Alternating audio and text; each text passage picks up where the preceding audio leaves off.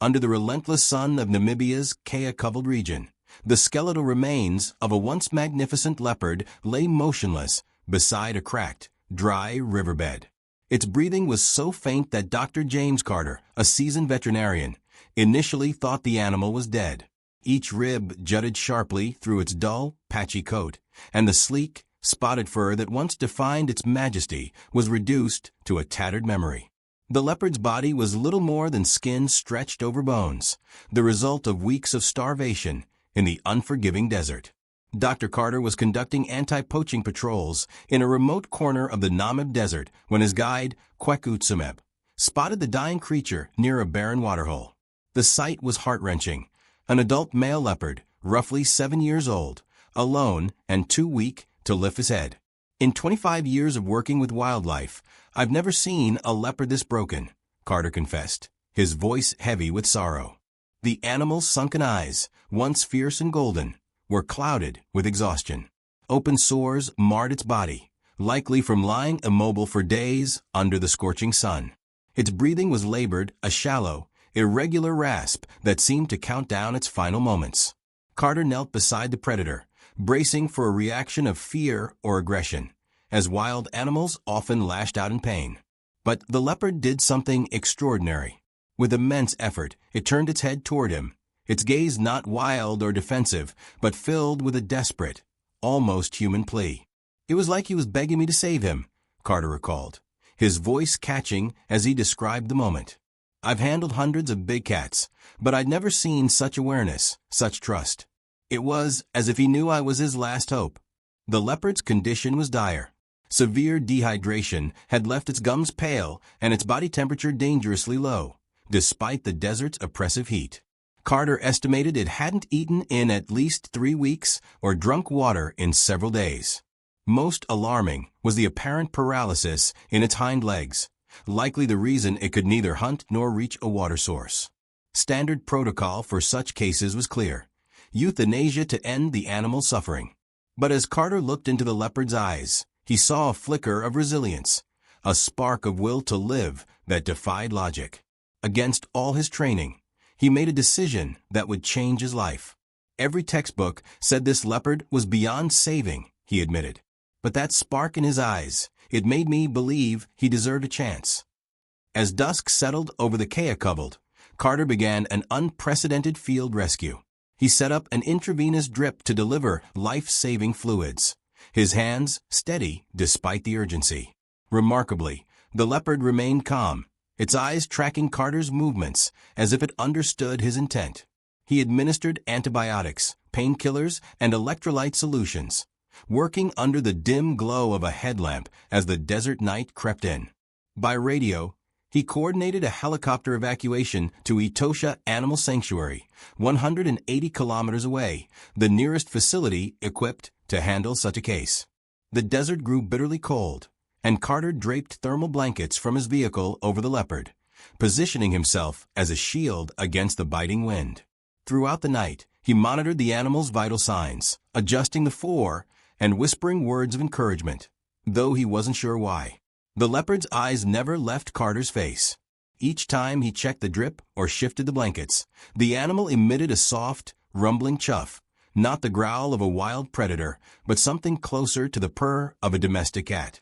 It was surreal, Carter later said. I was alone in the desert with a dying leopard who didn't fear me. He trusted me completely, as if he knew I was there to save him. The experience was unlike anything in his career, a moment of connection that blurred the line between human and animal. At dawn, the helicopter's thrum broke the silence of the desert. Carter sedated the leopard, carefully maintaining the four-line during the delicate transfer. The flight to Etosha was tense, with Carter monitoring the animal's faint pulse. At the sanctuary, Dr. Lena Mbeki, the facility's lead veterinarian, was waiting. When Carter had radioed ahead about saving a starving, paralyzed leopard, Mbeki had been skeptical. "James, you're talking about a wild leopard who's been without food or water for weeks," she'd argued. "Even if you stabilize him, he'll never hunt or survive in the wild." But when the helicopter landed and Mbeki saw the leopard, her professional instincts overrode her doubts. The animal was on the brink of death, yet its vital signs had improved slightly overnight, thanks to Carter's relentless care. Most astonishing was the leopard's behavior. Surrounded by strangers in an unfamiliar environment, it showed no aggression. It allowed the medical team to move it to an examination table, accepted an oxygen mask, and remained calm as Becky conducted diagnostic tests. It was as if he understood we were trying to save him. Becky later wrote in her report. Tests revealed the extent of the leopard's plight, a severe spinal injury, likely from a fall or an attack by another predator, had paralyzed its lower body, leading to extreme malnutrition and organ complications. Its chances of survival were less than 10%. The surgery to address the spinal injury was a grueling 8-hour ordeal. Carter refused to leave the operating room, his presence seeming to calm the leopard even under anesthesia. When the animal awoke, groggy and disoriented, the first thing it did was search for Carter's face, its eyes locking onto him with a quiet intensity. Carter named the leopard Queasy, meaning star in the Nama language, a nod to the spark of life he'd seen in the desert. Determined to see Queasy through recovery, Carter took an extended leave from his anti-poaching duties. He set up a cot in the recovery room at Etosha, sleeping beside Queasy for 3 weeks to monitor his progress. The leopard's behavior stunned the staff. It grew anxious whenever Carter left, even for a few minutes, its eyes darting nervously until he returned. When Carter was near, Queasy would relax, sometimes nudging his hand with a weakened paw or making soft chuffs of contentment. Nurse Tandine Blovu, who assisted in the recovery, described the bond as like family. Queasy responded to James's voice, calmed under his touch. She said, "It was beyond science, beyond anything we'd seen." Queasy endured painful physiotherapy sessions to stimulate his paralyzed legs, showing remarkable patience, as if he understood the exercises were part of his healing. Carter spent hours each day guiding him through gentle movements, coaxing his muscles to respond. The breakthrough came in the 5th week. During a routine examination, Queasy lifted his tail and twitched his hind legs, a faint but undeniable sign of recovery. Dr. Mbeki called it medically inexplicable. Spinal injuries, like Queasy's, typically caused permanent paralysis, yet the leopard's will, combined with Carter's unwavering care, was defying all odds. The moment was captured on video. Carter, tears in his eyes, supporting Queasy as the leopard took his first trembling step. The footage spread across social media, inspiring donations from around the world to support Queasy's rehabilitation. Over the next 6 months, Queasy's recovery was nothing short of miraculous. The leopard who had been found dying in the desert was now walking, running, and displaying the strength of a healthy adult. But his paralysis meant he could never return to the wild. Carter built a specialized enclosure at his research center in the Namib, designed to give Queasy a safe, comfortable life. The plan was to offer him a peaceful retirement, free from the dangers that had nearly killed him. But Queasy had other intentions. One warm November morning, as Carter entered the enclosure for their daily interaction, Queasy did something extraordinary. He approached slowly, his golden eyes fixed on Carter, and with surprising gentleness, took the vet's wrist in his jaws. He didn't bite, but held it with the delicate precision of a mother carrying her young, guiding Carter toward the enclosure's gate. At the door, Queasy released him and sat, staring with an expression that seemed to say, "Trust me." Against every protocol and his own professional judgment, Carter made a decision that would redefine wildlife rehabilitation. He opened the gate. What followed was broadcast live by cameras set up for Queasy's recovery updates. Queasy led Carter through the savannah, walking nearly 3 kilometers, pausing occasionally to ensure Carter was following.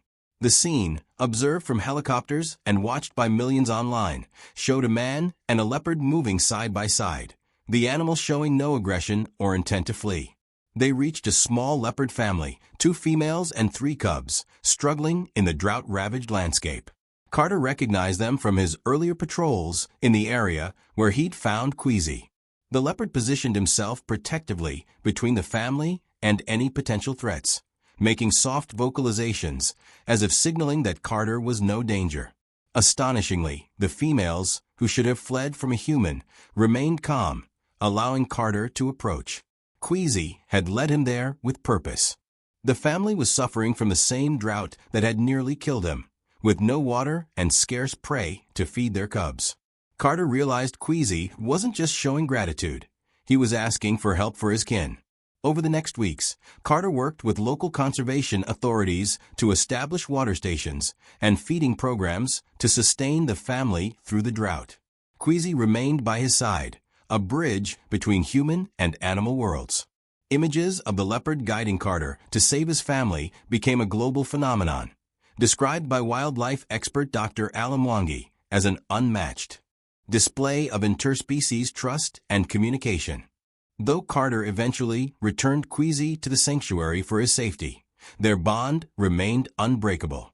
Queasy lived 6 more years, becoming a symbol of conservation and raising millions for wildlife protection programs.